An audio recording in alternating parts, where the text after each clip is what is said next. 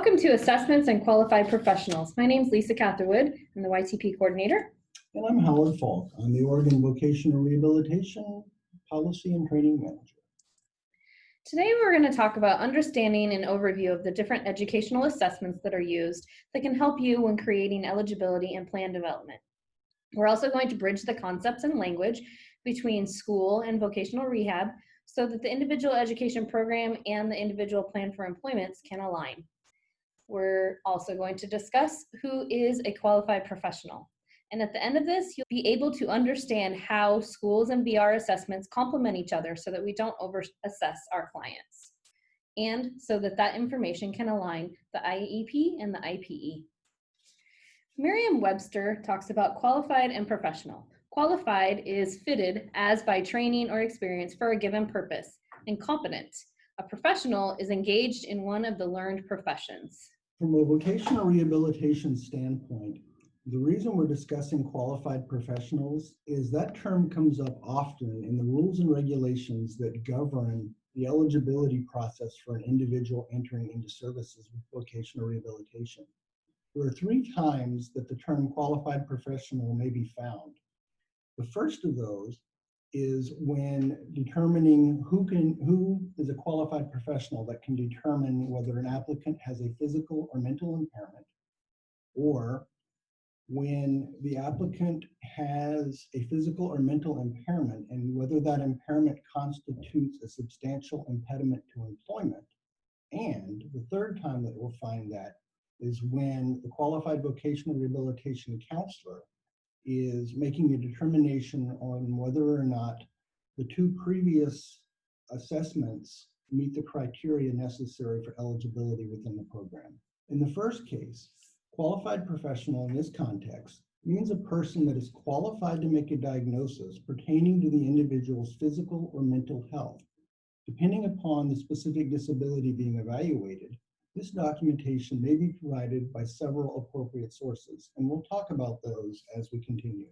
In the second instance, we're discussing intellectual or developmental disability services.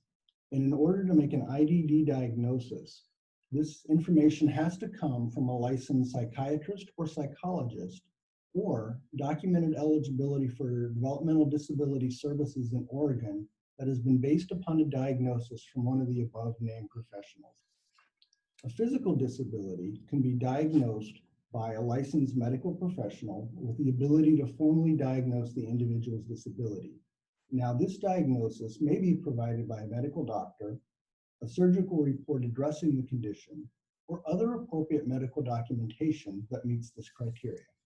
A traumatic brain injury diagnosis can come from a licensed psychiatrist or psychologist, or through documented eligibility for special education based upon the diagnosis from one of those professionals.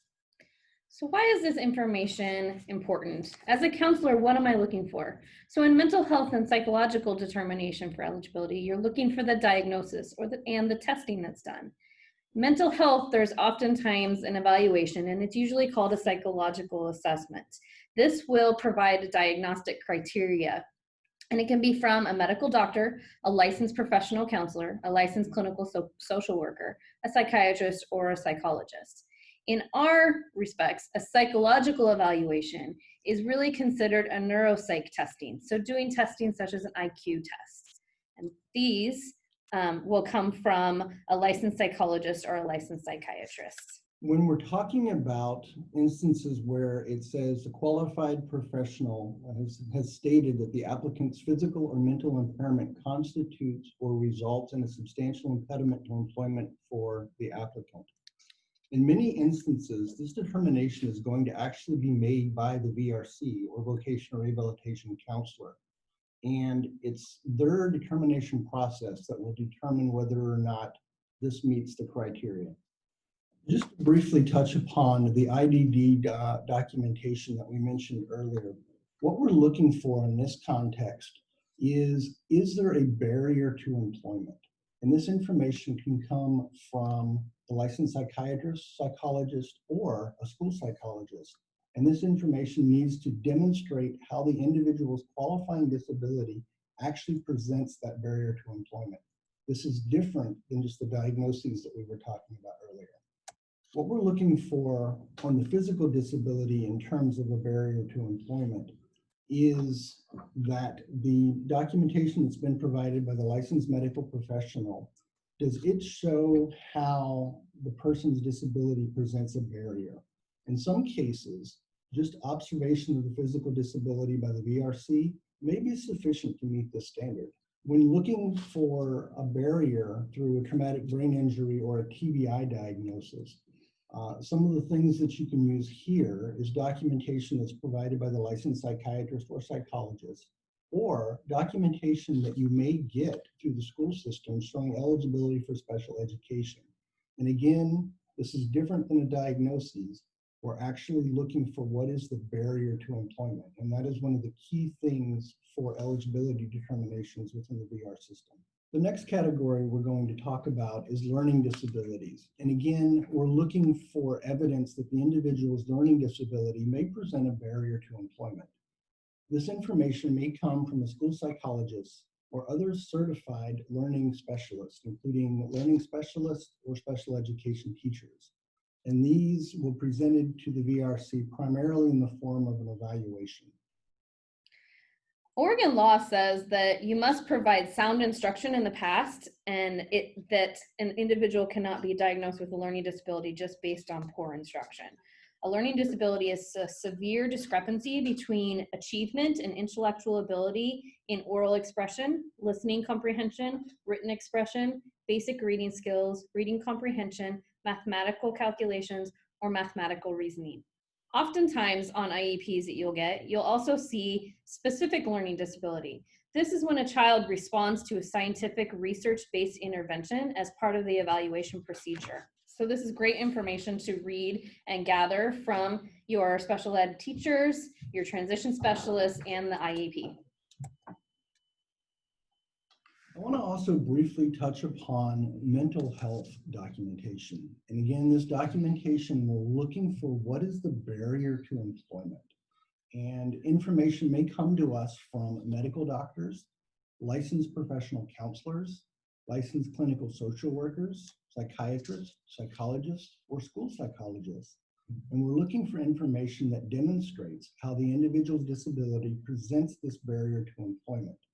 And additionally, documentation that shows eligibility for special education that has been based upon the impairment can also be used. Psychological information that we may get should demonstrate how the individual's disability in terms of psychological testing presents a barrier to employment. Now, these reports are normally going to be completed by a licensed psychiatrist, psychologist, or school psychologist. Now, as I mentioned earlier, oftentimes the qualified professional that's needed to make the diagnosis or determination may be the VRC themselves. And in this case, qualified professional will be the VRC that's employed as a vocational rehabilitation counselor with the state agency, in this case, Oregon VR. Now, something that VR runs into quite often is, when do we have to do retesting? If you look at the federal rules, it states that the information provided to VR must be recent, but it doesn't determine or doesn't define what recent means. And so a lot of times this is going to come down to the best judgment by the VRC and evaluating the documentation that's being provided.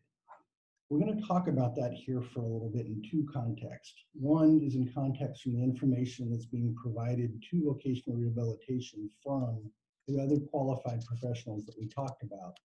And we're also going to talk about, what does this documentation look like when it's coming from the schools?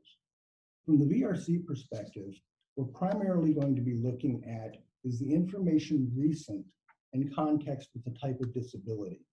For example, if the client has a disability that is not going to change over time, say they have a physical disability with a loss of limb, that disability is always going to be current, and the documentation provided will attest to the fact that this happens.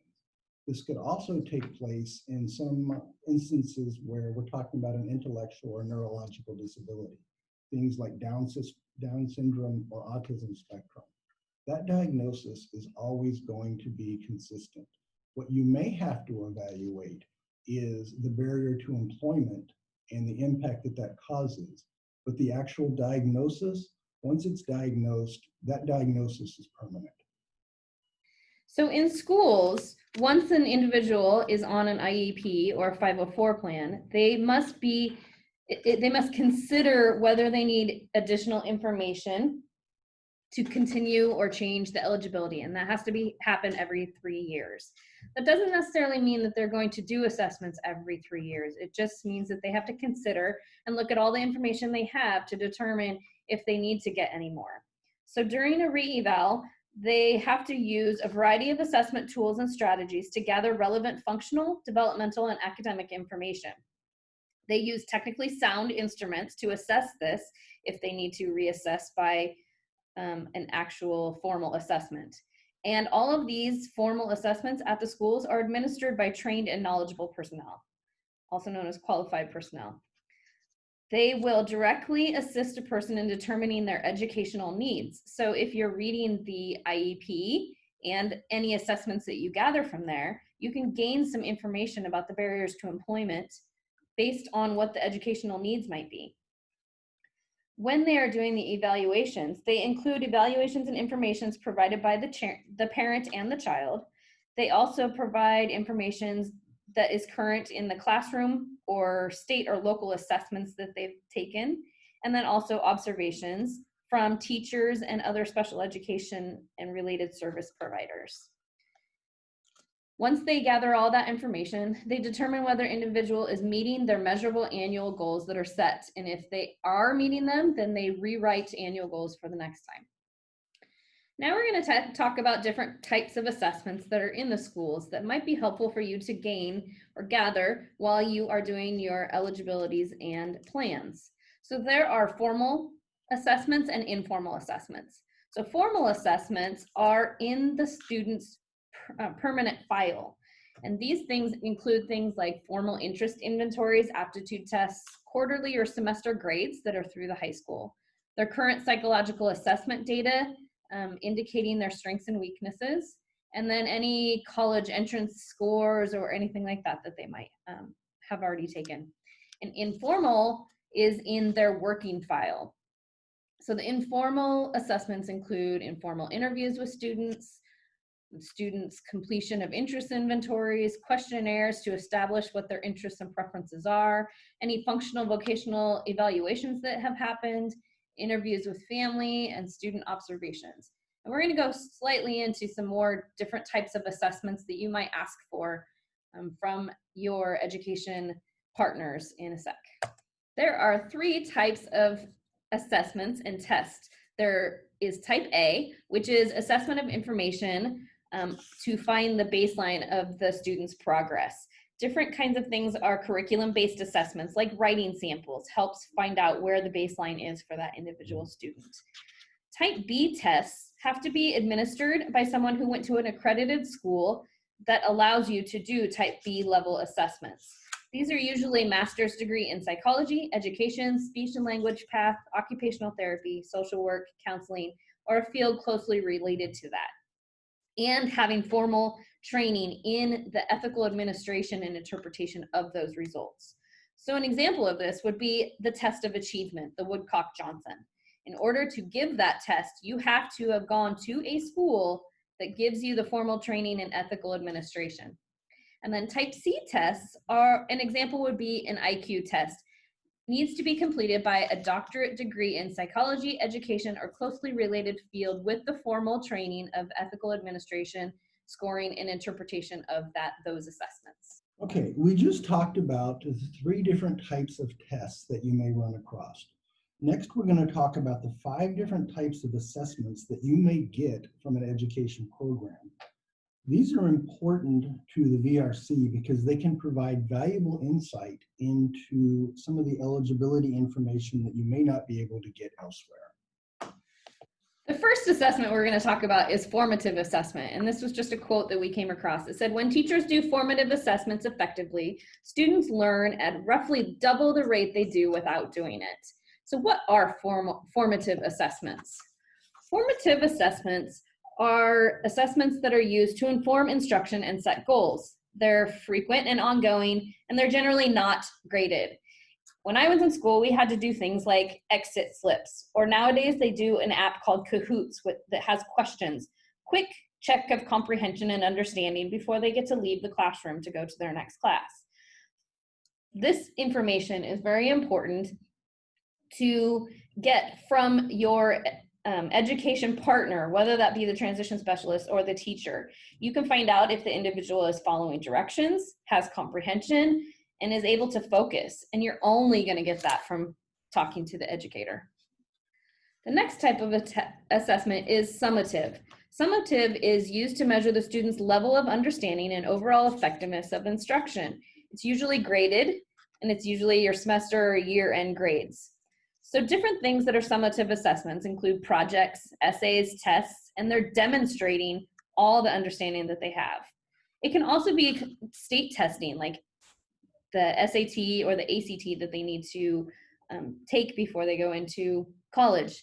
So an example of how a VRC can use this information is that on the ACT, they have a vocational interest aspect that's not part of the test, but an additional part of the test. So you can ask to see this and see what their vocational interests might come out to be. The next assessment is a screener assessment. It's predictive if it's used as a formal tool. It tells us who needs support. It identifies the risk areas that the individual has. And these are usually done about 3 times a year, beginning of the year, middle of the year, and end of the year. An example is Renaissance 360, which is 15 to 20-minute assessments in various areas to determine if the individual has difficulty in those areas. After they determine that there's a problem with the screener assessment, then the diagnostics help to determine what the specific problem is. The next type is diagnostic. Diagnostic testing or assessments tells us the what. It identifies specific areas for instructional intervention. For instance, a student struggles with syllabication versus a student struggling with reading. These diagnostic tests can help provide insight into the job supports that the individual might need. And finally, progress monitoring. Progress monitoring is used to make sure that the interventions that are happening are working. It captures the rate of growth or the lack of growth. These can be used to get at what the accommodations are that are needed to help the individual so that they can be successful, whether that be in education or in a job. Progress monitoring are quick and simple interventions to improve things, for instance, a multiplication table or behavior plans. So finding out this information from the education partners is a great way to know some of the supports the individual will need in the future. This is a list of assessments used for IEP and 504 eligibility with IDEA. These are assessments used to develop the IEP, and within the IEP, you will find evidence of disability that can be used to help you determine eligibility for vocational rehab. Within the IEP, there are annual goals and accommodations to help the individual be successful. Reviewing these goals and all the information in there is very helpful. It's also a great idea if you can be involved in the IEP meetings for your clients. It is very important to have partnership when we're talking about transition services. Transition services are delivered within a framework of structured planning, meaningful youth and family engagement, and state agency coordination and accountability. So let's weave it all together. Education and VR have different language, but they technically mean the same thing. So accommodations means changes in how the student learns the material. An accommodation can help a kid learn the same material as their peers. This allows them to meet the same expectations. For example, a student with dyslexia can listen to audiobooks. They're learning the exact same information, just done in a slightly different way. A modification is a change in what the student is taught or expected to learn. From a VR perspective, we're going to take the accommodations and the modifications that are provided through the material that you get through your educator, and we can use those to develop functional limitations or accommodations or modifications that the individual needs to be successful in the work environment. Several years ago, educators and vocational rehab got together and created this form. It's the functional limitation statement, educator and vocational rehab, also referred to as the bridge form. Within this, they took the language that we use as vocational rehab, for instance, interpersonal skills, the ability to establish and maintain positive personal, family, and community relationships necessary to work. And underneath, wrote different words and phrases that educators would understand what we mean by interpersonal. It is particularly helpful if schools use this form to determine language for an IEP so that the plans align better, the IEP and the IPE align better. This form helps us speak each other's languages. The next section is on mobility. As VR counselors, we know that the physical, cognitive, and psychological ability to move from place to place inside and outside the home is the definition for mobility. Within here, this is good for educators to have observational assessments that really matter in the classroom and when they're out of the classroom. That could be in the community or any work experiences that they have. The next one is motor skills. So if this form does not occur in any of the information that you have, the VRC can ask the transition specialist to do some observational checklists and submit it so that this information might be helpful when creating the plan or the eligibility. Self-care is the next one. As transition specialists and teachers who see the students on a very regular basis, the transition specialists and the teachers know the students really well. So this is important information to ask the transition specialist about the student to help with your plan and eligibility. The next one is self-direction. This is a great one to use when the student is working in school-based businesses, when they're out doing community volunteer work, or when they're doing work experiences. The next one is communication. Since the transition specialists and educators spend the time with the students, they can spend time with them in school, and this is a good way in the classroom to build relationships and gather this information about whether the individual has a hard time initiating and sustaining a conversation, or if they have a hard time writing things down, and generalizing information that they are gathering, as well as having illegible handwriting. The next one is work tolerance. So this can be done in the classroom with curriculum. It can be done as a TA task. For instance, they might be the person that goes around and collects different things like mail and delivers it to the teachers that are in the school. It can also be done in work-based learning that is in the school, in the work-based experiences, and in the community to determine how long the individual can stay focused and really do the job.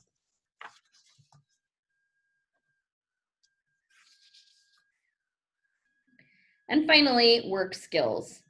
It's pretty self-explanatory. They can learn, you can look at the different things and find out how many times at school that they're tardy, how long it took them to learn a new task that they had to learn in school. So once again, this can be done in classrooms, or this can be done out as an observation when they are doing work experiences. And this just helps us bridge that language between VR and the school. And if you have any questions, please contact the vr.training@dhsoha.state.or.us. Thank you very much. Thank you.